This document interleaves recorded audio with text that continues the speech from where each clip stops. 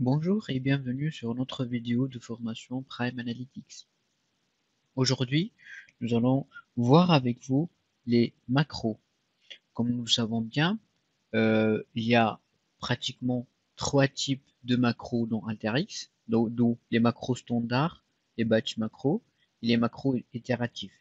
Donc aujourd'hui, on va s'intéresser au macro standard, qui est en fait c'est quoi une macro standard? En fait, c'est un workflow ou un groupe d'outils formant un outil unique qui peut être utilisé dans un autre workflow. Donc pour ce faire, nous allons vous montrer l'exemple. Euh, ici, nous avons l'exemple euh, sous un format qui ne fonctionne pas bien avec les dates. C'est une chaîne de caractères dont on souhaite la convertir en date. Vous pouvez me dire qu'on peut utiliser tout simplement l'outil dataille qui permet de convertir une chaîne de caractères à une date, mais cela ne va pas fonctionner parce que le format dataille fonctionne uniquement avec les deux digits de l'heure. Par contre, dans notre cas, parfois il y a deux digits, parfois non. Et il est préférable aussi d'avoir aussi deux digits pour les mois et deux digits aussi pour les jours. Pour ce faire, je vais juste prendre une copie de notre input text et je vais créer un nouveau workflow.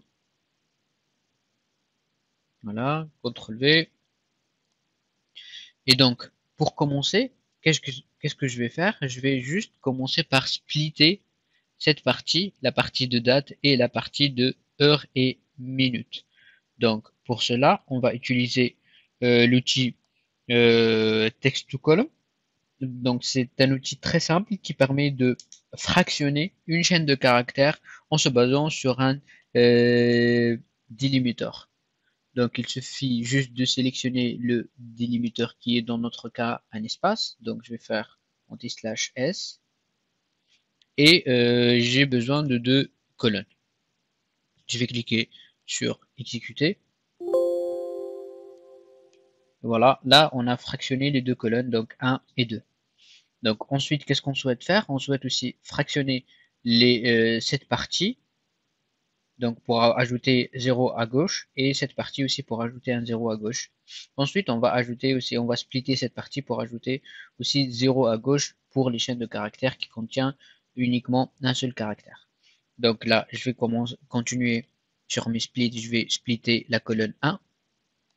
Donc je choisis la colonne et je choisis le delimiter. Donc je vais garder juste 3 pour que je puisse avoir donc les colonnes de date et de voilà. Donc 1 c'est le normalement ça doit être le mois, 12 ça doit être le jour et le 13 c'est l'année. Ensuite on va splitter l'heure et les minutes. Du coup on va utiliser le même truc.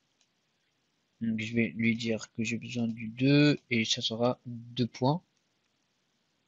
Et normalement ça doit être 2. Donc là, je vais cliquer sur Run. Et voilà, normalement là nous avons les heures et les minutes. Donc juste pour être en fait assez ergonomique et aussi qu'on sache quelle colonne appartient à quoi, on va faire un seul truc qui est, je vais désélectionner ça, date 1 et 2. Normalement là ça doit être mois, jour,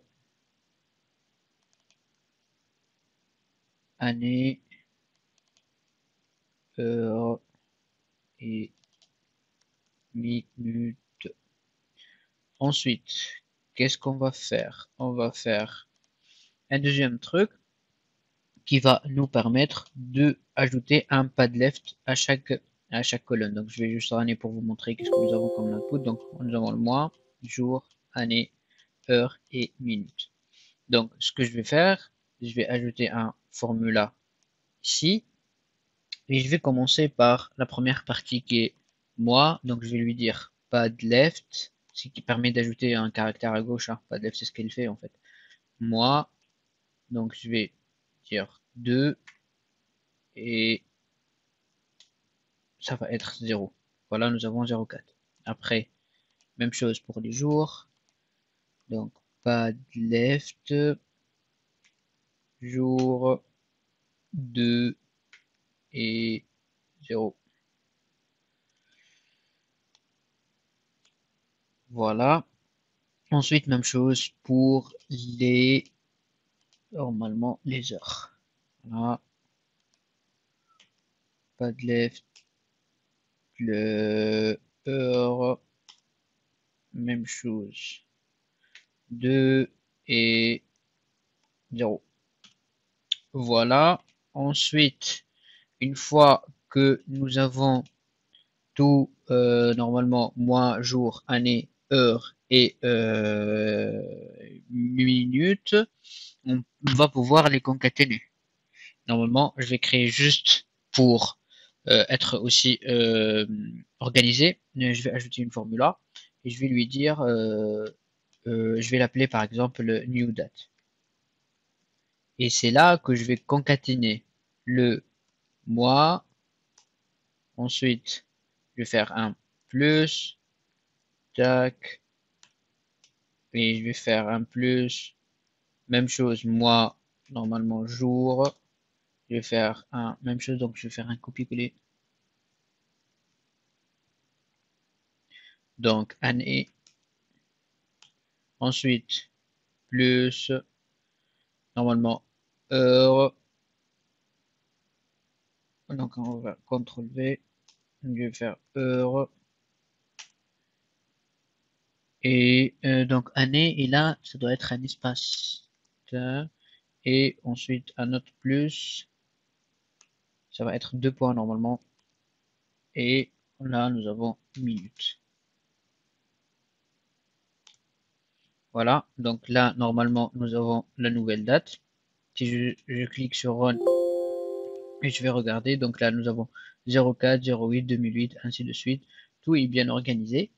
Donc la dernière chose aussi à faire, c'est de convertir donc la partie date type à date. Donc je vais sélectionner mon string qui est new date.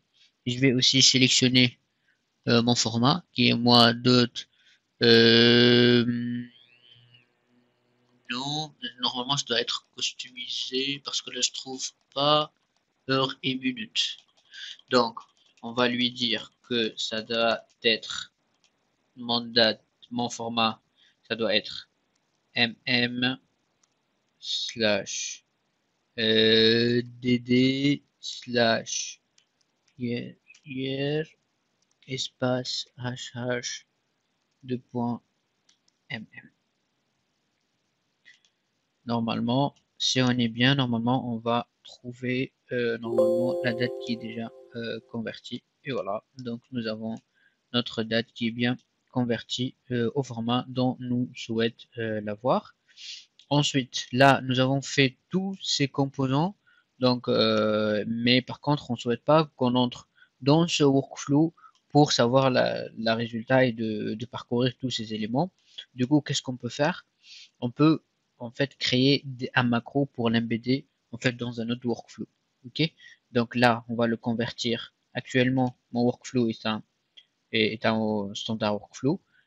Dès que je vais prendre macro output ici, on va bien voir que ici, il s'est converti en standard macro. Donc là, nous avons un output et je vais aussi clic droit et convert to macro input. Voilà, donc là, j'ai converti mon input à macro et mon output à macro. Donc là aussi, l'interface a été déjà changée. Donc là, c'est soit on va configurer avec un simple text input comme nous avons fait, soit on va configurer avec un fichier. Ensuite, on peut le renommer date et input. Et on peut ajouter une abréviation qui est par exemple i comme input. Après là, show field map. Si je sélectionne show field map, donc alteryx à l'extérieur, lorsqu'on va appeler cette macro, alteryx va me demander de mapper colonne par colonne dont nous souhaitons en fait les mapper ou les remplacer, soit ou aussi on peut aussi permettre à la macro de s'exécuter soit à travers ce texte input, soit optionnel en fait. L'idée c'est de soit runner la macro avec un input, soit non. En fait c'est ça l'idée. Donc je vais on va vous montrer en fait la différence entre les deux. Je vais les garder cochés pour le moment pour pouvoir l'appeler après. Aussi, nous avons la partie configuration. Si nous avons ici, on va ajouter l'icône. Donc pour cela, je vais créer interface. Ensuite, je vais y aller ici. Et là, custom icon. Ici qu'on va choisir l'icône. Dans mon cas, c'est ici. Donc là. Et voilà, nous avons bien choisi notre icône. Je vais enregistrer mon workflow, ma macro. Donc, je vais le mettre sur donc macro stand CTRL S et voilà. Je vais l'appeler macro save. Voilà, donc ensuite qu'est-ce que je vais faire? Je vais l'appeler quoi. Donc je reviens à l'exercice, bouton droite, insérer, macro, et c'est ici ma macro. Voilà, donc là vous voyez le i qu'on a sélectionné déjà. Donc soit on peut lui affecter un input, on va lui dire que le champ date et le champ date qu'on souhaite donc relier, soit on souhaite pas en fait faire un input déjà. Voilà. Ou donc là, je vais ajouter un simple browse pour vous montrer la résultat. Donc je run et voilà, donc nous avons notre output comme nous le souhaitons. Ensuite, je vais aussi vous montrer si je décoche par exemple, je reviens à ma macro et je vais lui dire que show field non et optional incoming non. Donc je vais enregistrer et vous allez remarquer que là, ok, ma macro elle est. Donc vous voyez là, elle est devenue vert, donc c'est obligatoire. Et nous n'avons pas de questions. Du coup, la même chose, je run et voilà. Si je supprime l'input, voilà, donc la macro va pas s'exécuter. Donc n'importe quel input là qui contient ce format va être converti automatiquement. Donc on peut même tester après. Vous pouvez ajouter les lignes dont vous souhaitez convertir et ça va être exécuté automatiquement. Donc ça c'est très très utile pour les conversions ou pour si vous souhaitez développer un module que vous allez l'utiliser souvent ou si vous avez d'autres trucs, en fait vous pouvez l'utiliser. Donc merci pour votre suivi et à la prochaine vidéo pour découvrir en fait les macro batch qui est un autre type de macro. Merci, au revoir.